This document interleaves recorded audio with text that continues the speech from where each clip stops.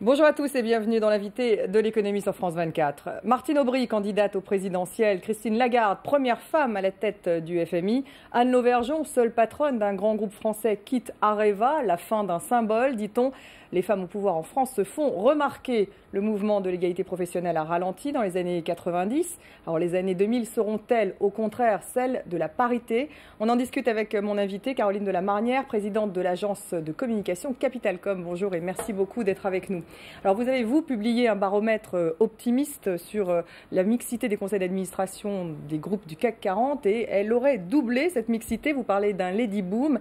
Mais avant tout, Caroline de la Marnière, j'aimerais avoir votre réaction sur justement cette semaine très féminine. À la fois, on a Christine Lagarde qui prend les rênes du FMI et puis Anne Lauvergeon qui quitte Areva et c'était la seule femme à la tête d'une grande entreprise française. Incarnent-elles des symboles, ces femmes au pouvoir?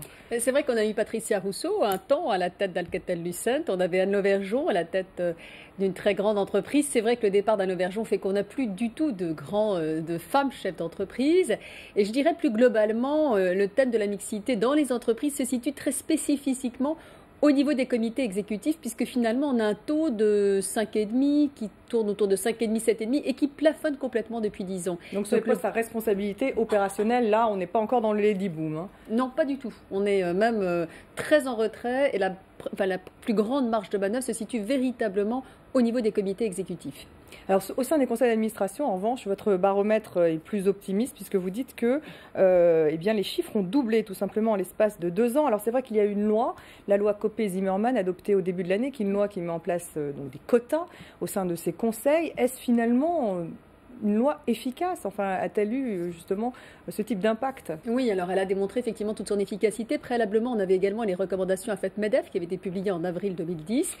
Et c'est vrai qu'on avait observé déjà un bond en avant entre 2009 et 2010, puisqu'on était passé d'un taux de un peu plus de 10% à 15% l'année dernière. Et cette fois-ci, on a vraiment fait un jump, puisqu'on est passé de 15% à quasiment 21%. C'est-à-dire que le taux a quasiment doublé en l'espace de 2 ans, c'est-à-dire qu'on est passé de 10 à 21%. Et est-ce l'impact de cette loi sur les quotas, Caroline de la Marnière, tout d'un coup, les entreprises se sentent forcées, enfin on leur force la main pour qu'elles représentent mieux les femmes? Oui, ça c'est évident que à la fois les recommandations, à la fois la loi, le contexte global a considérablement boosté, favorisé, initié cet élan vers la mixité, puisque le taux stagnait depuis près de 10 ans et que le fait qu'il évolue dans ces proportions est évidemment lié à cette loi qui a montré toute son efficacité. Absolument. Pourtant, la France était très réfractaire aux quotas, hein, parce qu'on a toujours peur de finalement nommer une femme parce qu'elle est une femme et non pas pour ses compétences. Mais il a fallu passer outre ce type de critique et mettre en place une loi aussi dure, je dirais, qu'une loi sur les quotas pour faire progresser effectivement la représentation des femmes. Oui, c'est vrai qu'au départ,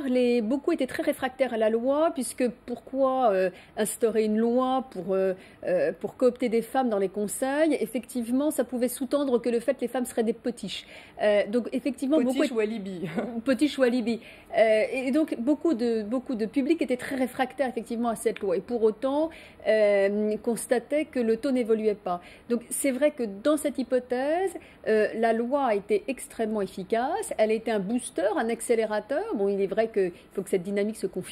D'ailleurs, elle se confirme puisque ce qui est très intéressant, c'est de regarder au-delà du taux de mixité dans les conseils, c'est le taux de femmes dans les comités d'administrateurs. Et là encore, ce taux a doublé, c'est-à-dire qu'on est passé d'à peu près 45% à 60%, mais en nombre de femmes, on est passé d'une trentaine à une soixantaine de femmes. Ça veut dire qu'elles sont plus impliquées, plus mobilisées et qu'elles prennent des responsabilités dans les conseils d'administration. Alors bien sûr, on parle des groupes du CAC 40. Hein. Alors le champion, ça serait Publicis, oui. Le meilleur élève du CAC 40, nouvel entrant d'ailleurs au CAC 40. Comment l'expliquez-vous?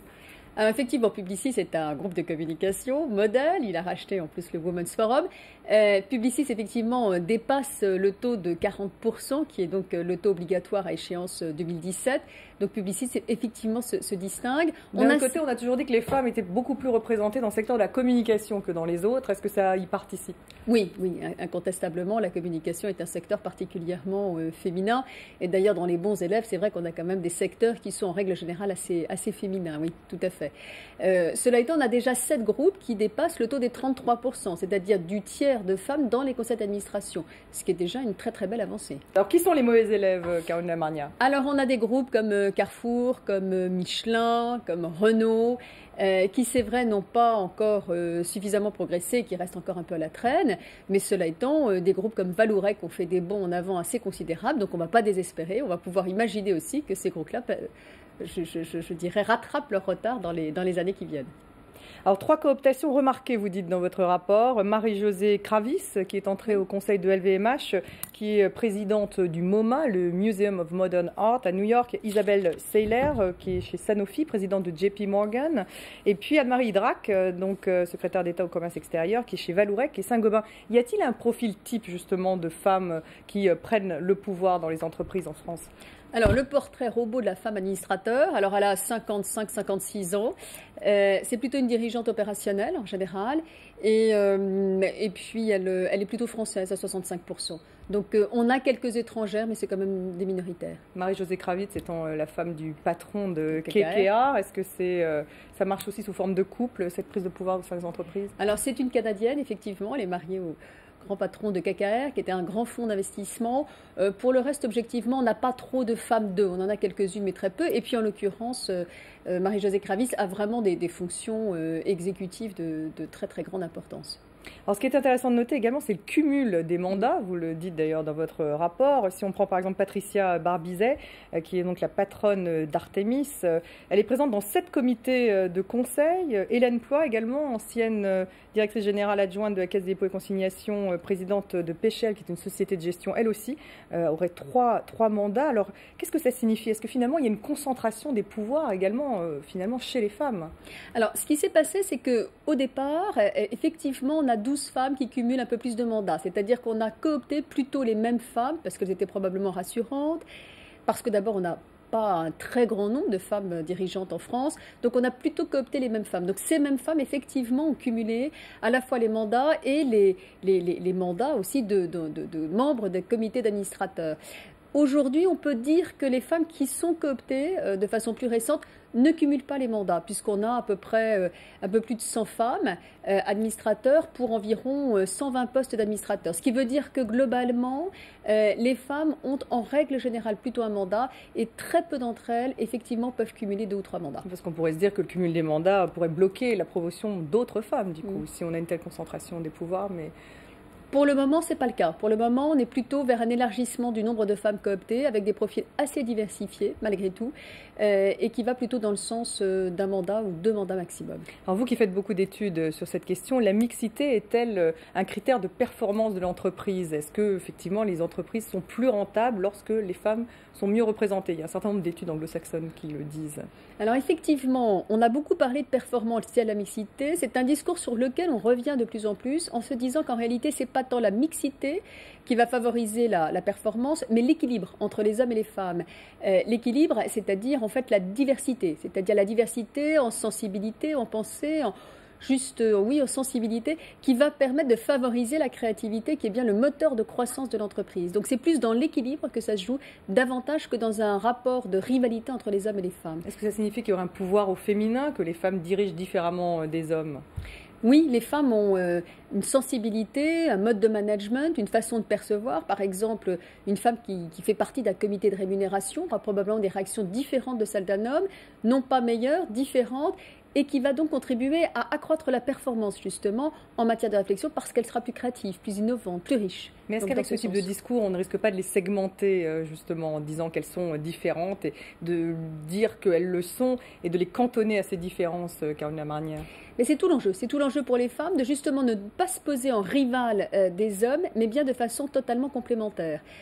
C'est en étant très complémentaires, en jouant sur l'équilibre entre les hommes et les femmes, que les femmes vont pouvoir s'imposer peu à peu au sein des conseils et, on l'espère, beaucoup plus largement au niveau des comités exécutifs. Et puis faire également jouer les réseaux. Alors on a parlé de ce comité des femmes à barbe qui sont venus lors de l'Assemblée générale de Carrefour cette année, qui justement se rebellent contre le pouvoir des hommes. Est-ce que ce type de comité pèse d'un certain poids dans justement ce changement au sein des entreprises? Les femmes à barbe, effectivement, ont fait irruption l'année dernière dans plusieurs assemblées générales. Elles ont un combat très militante, qui est de favoriser la mixité, de provoquer justement ces instances qu'elle considère comme beaucoup trop masculines, en se manifestant de façon un petit peu agressive. Effectivement, elles se sont manifestées uniquement chez Carrefour cette année. Elles s'étaient manifestées dans d'autres assemblées générales l'an dernier. C'est évident qu'elles contribuent à bouleverser, à donner un peu d'un jeter un pavé dans la mare dans ce débat sur la mixité. Alors dans cette dose d'optimisme, évidemment, il ne faut pas faire d'angélisme. Hein. Les femmes, en tout cas, si on regarde les rémunérations, sont encore beaucoup moins payées en France que les hommes à un même poste, 27% de moins. Sur ce point, à votre avis, Caroline Lamarnière, comment progresser ? Alors, il y a effectivement un vrai sujet qui est l'égalité salariale avec une loi qui est instaurée en 2006. Et qui manifestement n'est pas appliquée. Et qui n'est pas appliquée. Donc, il y a une nouvelle loi qui est passée, qui est une loi sanction, qui va obliger les entreprises à fin 2011 à véritablement appliquer cette loi sur l'égalité salariale, avec des sanctions qui peuvent être lourdes. Ça peut aller jusqu'à 1% de la masse salariale. Donc là, je crois que les entreprises vont vraiment être extrêmement motivées à effectivement réduire cet écart de rémunération qui est objectivement totalement inacceptable.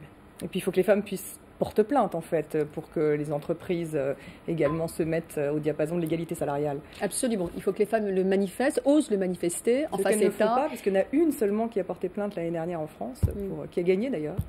Absolument, saisissant la halte. Donc c'est évident que c'est une démarche qu'il faut entamer, mais les entreprises doivent également faire objectivement du chemin pour pouvoir prendre conscience d'abord de cet écart salarial, provisionner et peu à peu en fait réduire de façon à ce qu'on ait un statut égalitaire entre les hommes et les femmes. Merci beaucoup Caroline de la Marnière, merci d'avoir été notre invitée, merci à vous d'avoir suivi l'invité de l'économie et restez avec nous bien sûr sur France 24.